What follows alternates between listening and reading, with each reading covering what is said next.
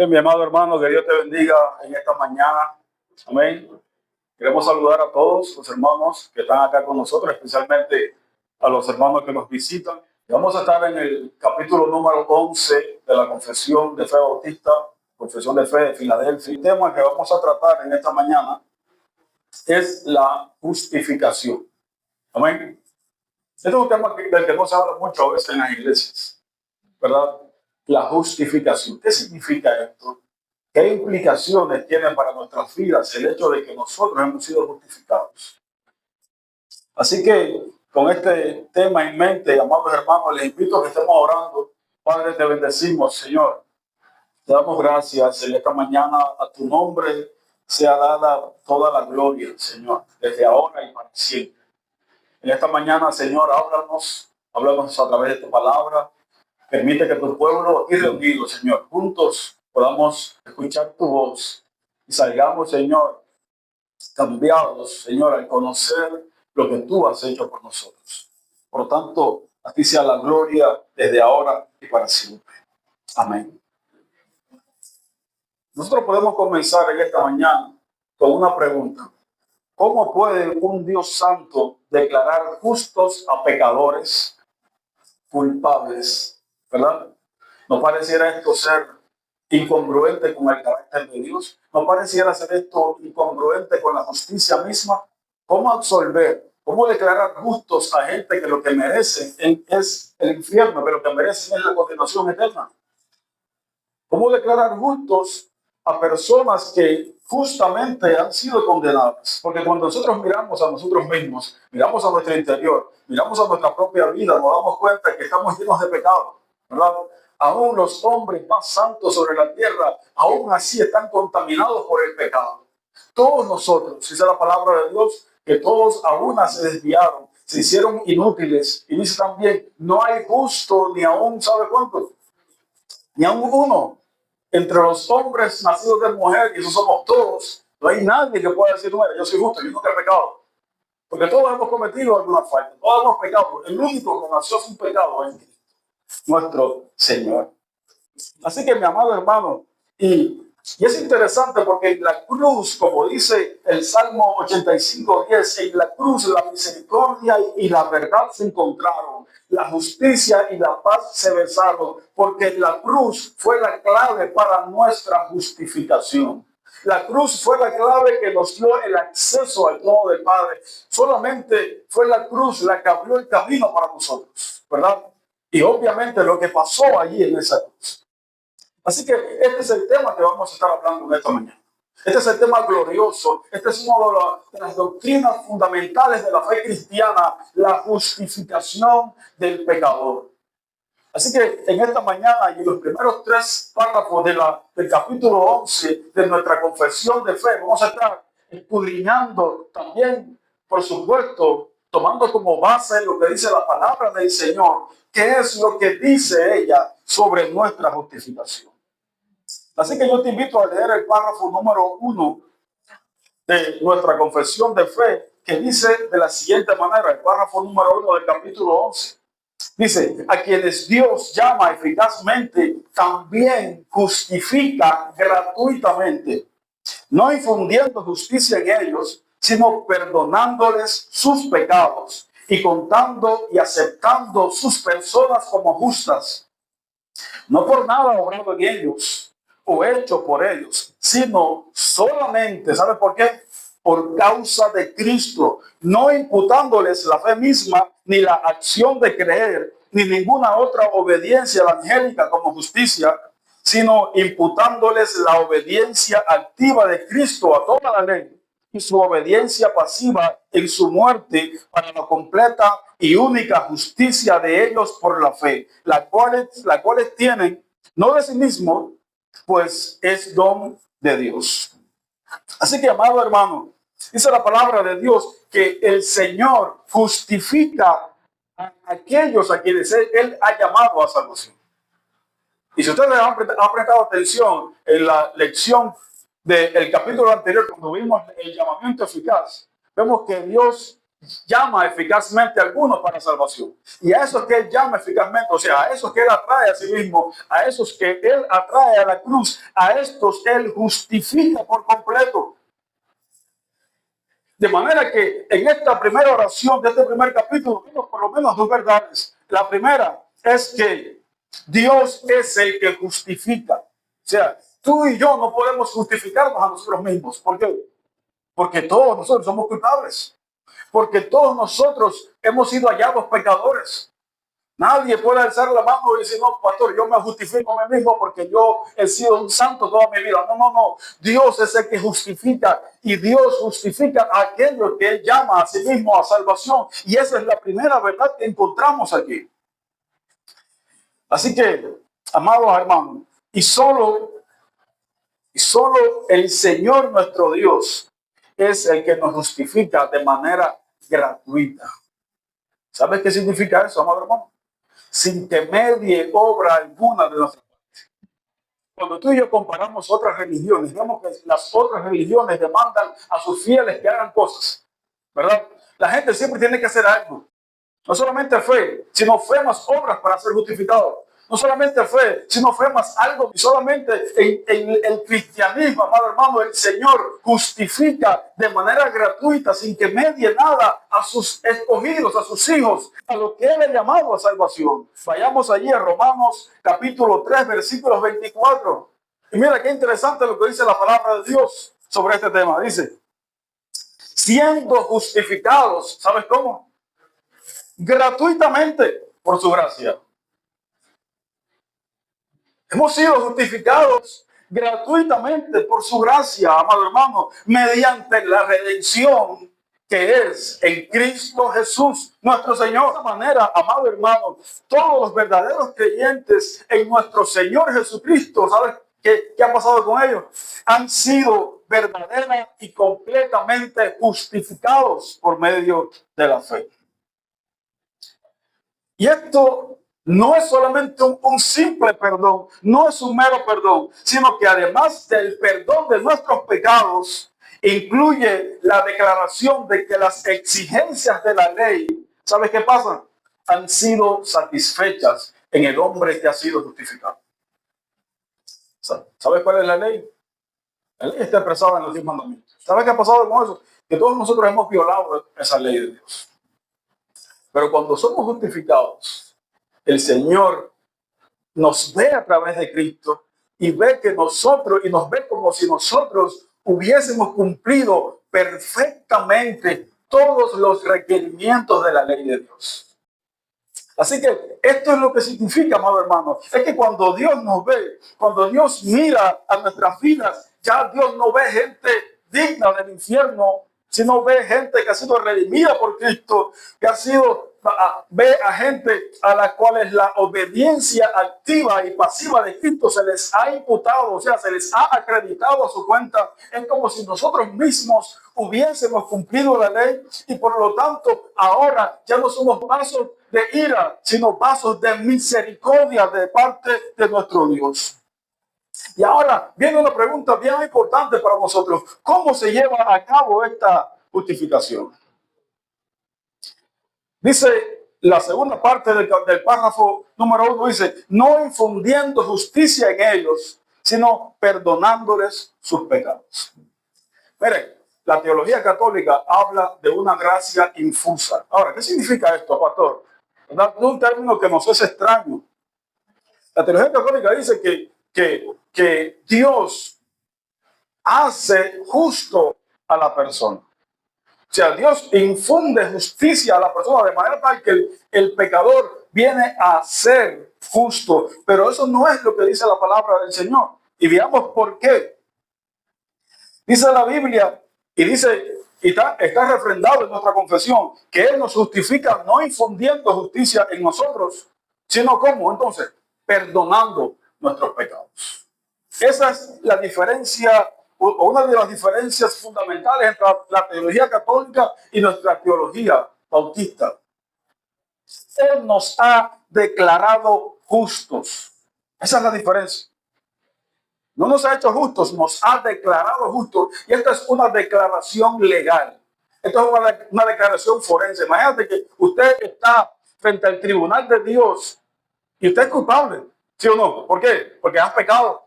Eres culpable porque has matado, eres culpable porque has robado, eres culpable porque has mentido, y eres culpable porque no has amado a Dios en primer lugar y sobre todas las cosas. Eres culpable. Por lo tanto, si todos nosotros estuviéramos frente al tribunal de Cristo, la sentencia que mereceríamos es culpable. Pero ahora imagínate allí, parado frente al tribunal de Dios, y en vez de ser declarado culpable, Dios te declara justo. ¿Sabes por qué? Porque alguien más hizo la obra por ti. Y esto lo vamos a ver más adelante.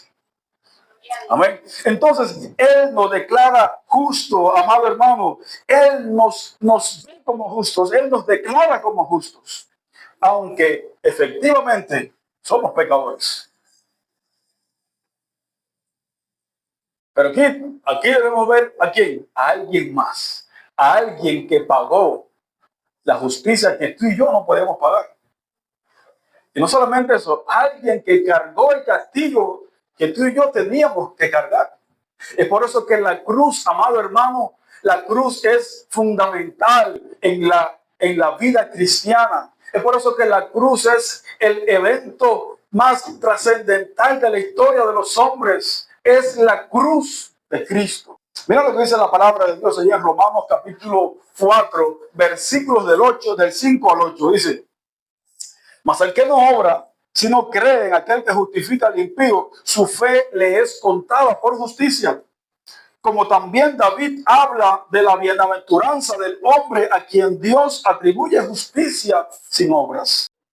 Bienaventurados aquellos cuyas iniquidades son perdonadas y cuyos pecados son cubiertos. Bienaventurado el varón a quien el Señor no inculpa de pecado. ¿Le has pedido perdón tú a Dios por tus pecados? Has dicho: Señor, yo reconozco que soy un pecador, reconozco que soy digno de muerte, reconozco que soy reo de muerte, perdona mis pecados, me arrepiento y creo en el Evangelio. ¿Lo has hecho? Déjame decirte algo: si lo has hecho, tú puedes estar absolutamente seguro de que tú ya has sido justificado. ¿Cuál es la causa de nuestra justificación? Veamos qué dice nuevamente la confesión de fe, y obviamente siempre apoyado sobre la Biblia. Dice que Él nos ha imputado la obediencia activa de Cristo a toda la ley y su obediencia pasiva en su muerte para la completa y única justicia de ellos por la fe, la cual tienen no de sí mismos, pues es don de Dios. Ahora, ¿qué significa todo esto que hemos visto? Que Cristo pagó nuestra deuda penal. Recuerden la imagen de ahorita de estar frente al tribunal. Cristo allí en ese tribunal pagó nuestra deuda penal. La pena, el castigo, la ira que vendría sobre nosotros, Cristo la cargó sobre sí mismo. Él sufrió por ti y por mí el rigor de la justicia divina, madre hermano. Ahorita hablamos de cómo un Dios justo puede perdonar a un pecador. Bueno, la clave está en Cristo. Cristo es la clave. Él allí en la cruz, Cristo, nuestro Señor, en la cruz, Él sufrió los horrores del infierno. ¿Que sabes quién tenía que sufrir? Tú. Él lo sufrió por ti, amado hermano. Y esto es importante porque Dios tenía que condenar el pecado. Ahora, Dios no es como nosotros. Tenemos hijos pequeños, muchos de nosotros. Y a veces nuestros hijos pecan o hacen algo malo o dicen alguna mala palabra o son rebeldes. Y nosotros, a menudo, ¿qué optamos por hacer? Pasamos por alto la ofensa, ¿verdad? O a veces les reímos las ofensas. Nuestros hijos dicen una palabra así: ay, mira, es un niño. Y nosotros, pretendiendo ser buenos, no estamos siendo tan buenos. Estamos malformando a ese hijo, o a ese joven, o a ese adolescente que está bajo nuestro cuidado. Pero Dios no es así, amado hermano. Dios no rebajó sus estándares divinos. O sea, el hombre pecó y el hombre es pecador, pero Dios siguió demandando obediencia completa y perfecta a la ley de Dios, ¿verdad? Dios siguió demandándote a ti obediencia completa. Él no rebajó ni un ápice de sus estándares divinos. Él no los rebajó por nada, amado hermano. Él no pasó por alto su propia ley, porque de otra manera entonces Dios no sería un Dios tan justo, como la Biblia declara que es. Pensemos en esto. Si Dios, al ver que el hombre peca, y Dios dice, no, me voy a hacer de la vista gorda y no importa, no le voy a tomar en cuenta esos pecados de estos muchachos. ¿Sería un Dios justo? No sería justo, amado hermano. ¿Por qué? Porque él mismo estaría invalidando su propia ley. Entonces, ¿qué demandaba la justicia de Dios? La justicia de Dios demandaba y demanda que el pecado sea castigado. ¿Cierto o falso? Porque la paga del pecado, ¿cuál es? La paga del pecado es muerte, la paga del pecado no es misericordia, la paga del pecado no es hacerse de la vista gorda, la paga del pecado es muerte. Todos nosotros hemos sido hallados pecadores. Entonces, como Dios es justo y como Dios tenía que condenar el pecado, entonces es por eso que Cristo, amado hermano, lo hizo por nosotros. ¿Por qué? Porque tú ni con 1000 vidas podrías pagar tu propio pecado. Tú ni viviendo 1000 veces podrías satisfacer la justicia de Dios. ¿Por qué? Porque eres pecador. ¿Y porque has pecado contra un Dios infinitamente santo? Entonces, dado que Dios te amó y dado que tú no podías hacerlo, entonces es cuando Cristo entra en escena. ¿Sabes qué? Él decide pagar el castigo que tú mereces en la cruz. Él decide hacerlo, amado hermano. Y entonces, aquí queda algo claro. No son nuestras buenas obras las que nos hacen justos ante Dios. A veces decimos, ay, pastor, pero yo no fumo, yo no tomo, yo no salgo a fiesta. O decimos, ay, pastor, pero ese muchacho no fuma, no toma, no sale a fiesta, no hace nada. Solamente le falta venir a la iglesia. Le falta todo. ¿Por qué? Porque le falta venir a Cristo. Amado, nadie va a ser justificado por lo bueno que hace. ¿Por qué? Porque ya hemos establecido que no hay ninguno bueno. Nadie. Entonces, es por eso que no son nuestras buenas obras las que nos hacen justos o las que nos justifican ante Dios. Solamente es Cristo, nuestro Señor. No es nadie más. Solamente en Él. Sí, amado, tenemos que entender esta verdad. Cristo sufrió la pena en nuestro lugar. Él no lo merecía. ¿Por qué? Él es Dios, porque Él es justo. Dice la Biblia en Primera de Corintios 1, 30 y 31.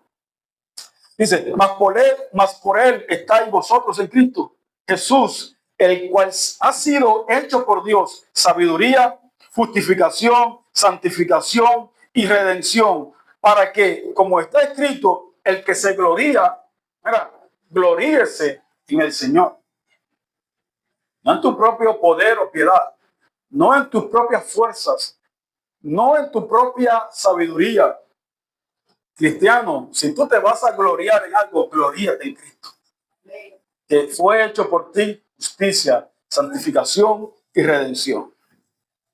Y también dice la palabra de Dios allí en 2 Corintios capítulo 5 versículo 21, dice, para que nosotros fuésemos hechos justicia de Dios en él.